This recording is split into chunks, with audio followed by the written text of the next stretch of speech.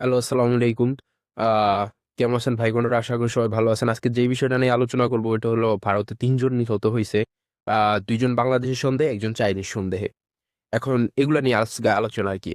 So Bangladeshi সন্দেহে যারা মারা গেছে, এর মধ্যে একজন হলো রামনারায়ণ বাঘেল, যিনি আসছেন ইয়েতে কেরালায় কাজের উদ্দেশ্যে। তিনি একজন পরিযায়ী শ্রমিক, যেহেতু অন্য প্রদেশ থেকে কেরালায় আসছে কাজের উদ্দেশ্যে। এবং তার বয়স ছিল ৩১। লোকটাকে মানে নির্মমভাবে হত্যা করা হয়েছে। পিটাইতে, পিটাইতে যতক্ষণ না মারা গেছে। পিয়াসেস।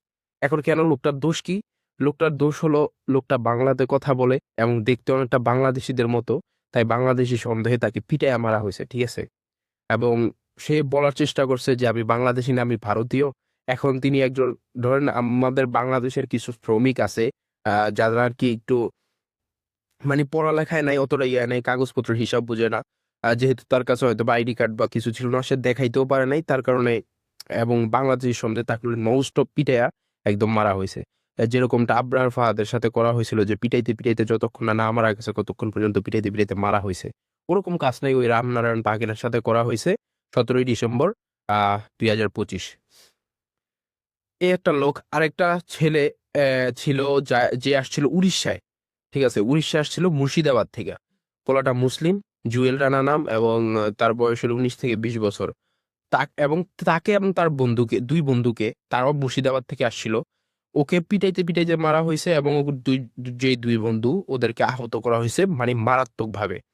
মানে ওরা ২ জন আরকি ভাগ্যের খেলায় বাইচা গেছে, কিন্তু ওই পোলাটা মারা গেছে। ঠিক আছে? ও ছিল ওর পরিবারের একমাত্র সন্তান। মানে ওর বাপ-মার আর কোন সন্তান নাই। একটা ছেলে ছিল, ওই একটা ছেলেই মারা গেছে। ঠিক আছে? এখন ৩ নাম্বার যে ঘটনাটা, ওইটা হলো ওকে চাইনিজ সন্দেহে মারা হইছে। ওর নাম ছিল চাকমা এবং ও ভারতের বিএসএফ সদস্যের একজন ছেলে। বিএসএফ সদস্যের ছেলে। ওকেও একইভাবে কুপিয়ে পিটাইয়া মারা হইছে এবং কয়েকদিন ও হাসপাতালে ছিল, তারপরে মারা গেছে। এখন এই যে এই ঘটনাগুলা ঘটতেছে, এগুলোর কারণটা কি? এদের এত কেন বিদ্বেষ? ফার্স্টলি আমরা বাংলাদেশী হিসাবে আমরা যদি ঘৃণা করে থাকি, আমরা ভারতীয় গভর্নমেন্টকে ঘৃণা করব। ভারতীয় নাগরিককে সাধারণত যারা খেটে খায় তাদের সাথে আমাদের কি সম্পর্ক? তাদেরকে আমরা কেন ঘৃণা করব? ঠিক আছে? তারা তারা এখানে খাইবো, তারপর মাঠে যেয়ে হাঁকবো। তাদের লগে তো আমগো কোনো আ হিসাব-নিকাশ নাই। হিসাব-নিকাশ হলো গভর্নমেন্টের সাথে। কিন্তু তারা আ এই যে দীপুচন্দ্র দাসের একটা ঘটনা নিয়া তারা কি করতেছে? তারা বাংলাদেশী যেই হাই কমিশন আছে ওইটা ঘেরাও করতেছে এবং তারপরে আ বাংলাদেশী সন্দেহে মানুষ মারতেছে। মানে মারাত্মকভাবে মারতেছে। ঠিক আছে? এখন কথা হইলো তাদের বাংলাদেশী সম বাংলাদেশী মানুষের প্রতি ক্ষোভ, ঘৃণা কতটা হাই লেভেলের, এবার চিন্তা করেন। মানে পারলে তারা একটা মানুষকে এভাবে হত্যা করতে পারে।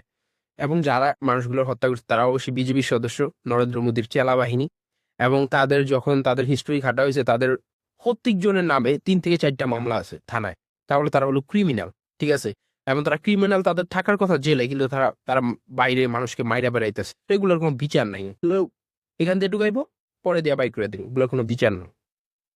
সো এখন আমার কথা হলো, যারা আ এই যে দীপুচন্দ্র দাসের কথা, ঘটনাটা নিয়ে ইন্ডিয়ার ইউটিউবার, বাংলাদেশের ইউটিউবার সবাই সুশীলগিরি দেখাইছেন। এই যে ৩ টা মানুষকে মারা হলো, তাদের মুখ থেকে ওই বান্দাদের মুখ থেকে আমি একটা লাফসও শুনি নাই। একটা মানে কথাও তাদের মুখ থেকে বাইরে নাই। তারা মূলত তারা মূলত মানে যে ন্যায়ের পক্ষে কথা বলে তা না। তারা হলো মানে মুসলিম বিরোধী, ইসলাম বিদ্বেষী। ঠিক আছে? ইসলামের মানে মুসলমানদের যদি একটু খুঁত পায়, ওটা নিয়ে তারা নাচানাচি করবে। এছাড়া তারা কিছু করবে না। না হলে এই যে ২ টা মানুষকে বাংলাদেশের সন্দেহে পিটিয়ে মারা হয়েছে, তাদের মুখ থেকে একটা কথাও বের হয়নি। ঠিক আছে?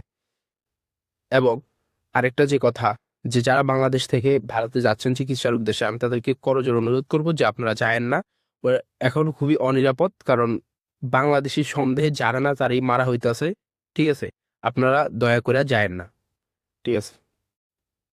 এখন অনেকে আমাকে প্রশ্ন করতে পারেন যে, "ভাই এরা এরকম করে কেন? এদের মাথায় কি কোনো ঘিলু নাই? আল্লাহ কি এদের মাথায় কোনো মস্তিষ্ক দেয় নাই? না এরা ওই যে ঘুয়ে গোলমূত্র খায় তার জন্য এদের মাথার মধ্যে ওই গোবর?"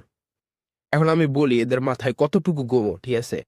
এরা বিহারে, বিহারে আপনার একটা লোক দাঁড়াইছিল যে মানে অনেক শিক্ষিত এবং চাইছিল উন্নতি, শিক্ষা খাতে করব, উন্নতি করব, ঠিক আছে? সমাজে পরিবর্তন আনবো, করার চেষ্টা ছিল এটা। আরেকজন ছিল যে জাতপাত বাজে। এখন জাতপাত নিয়ে বিচার করে। এখন জনগণকে যখন জিজ্ঞাসা করা হয়েছে যে আপনারা উন্নয়ন চান না যে জাতপাতের বিষয়টা ওইটা চান, ওইটা নিয়ে কনসিডার করা কোনটা চান, কিন্তু কয় জাতপাতই তো সবার আগে। সো যেই দেশের মানুষজন জাতপাত আগে বাঁচে, ওই দেশের মানুষদের মাথায় কি থাকবে, গোবর থাকবে না ব্রেইন থাকবে, ওইটা আপনাদের আর ব্যাখ্যা করার কোনো মানে দরকার না। সো যারা বাংলাদেশ থেকে ইন্ডিয়া যাচ্ছেন বিভিন্ন পারপাসে, আই এম রিকোয়েস্ট দ্যাট আপনারা যাবেন না, আপনারা স্টে করুন। আপনারা মানে ইনস্টেড অফ গোয়িং ইন্ডিয়া আপনারা অন্য দেশ চুজ করুন। আসসালামু আলাইকুম।